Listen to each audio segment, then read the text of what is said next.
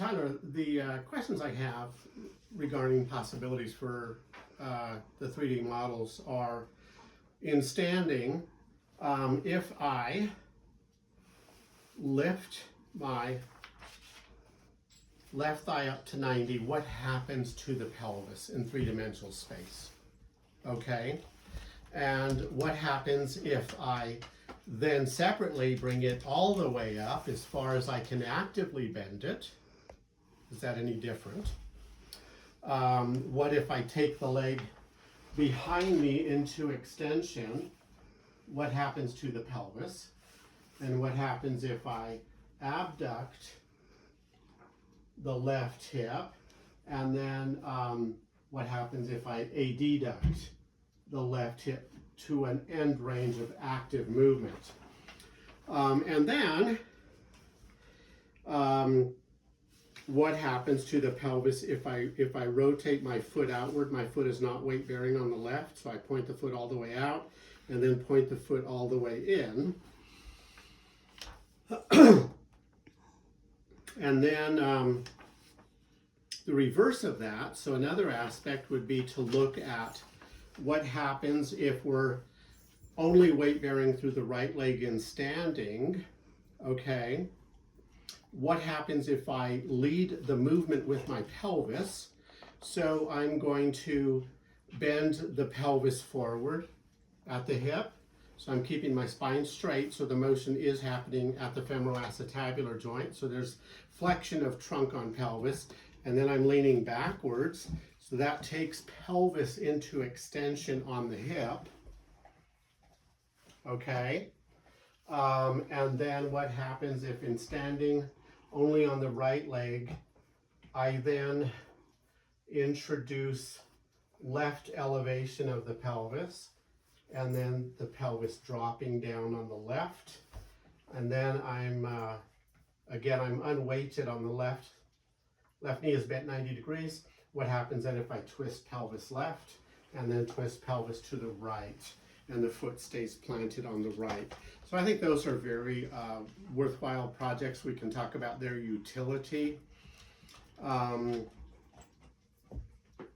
Most studies, actually all of them, in looking at hip rotation, evaluate the person in sitting, and they internally rotate the thigh or they externally rotate it, okay?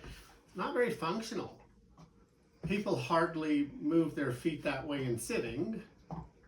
They certainly don't do it both ways. I mean, they might cross over for comfort, but they certainly don't go the other way.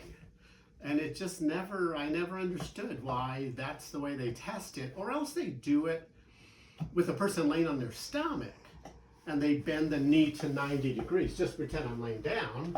You bend the knee 90 degrees and then you rotate internally and rotate externally, okay?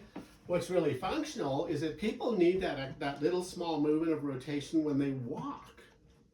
So I'm a fan of testing it in this, in this context with the knee straight and the hip in neutral as well. And I do that with the person laying on their stomach. So I just roll the tibia and femur in, and at the end range I spring it. So I think it would be valuable to look at those motions with the hip and knee straight. Let me look at my notes.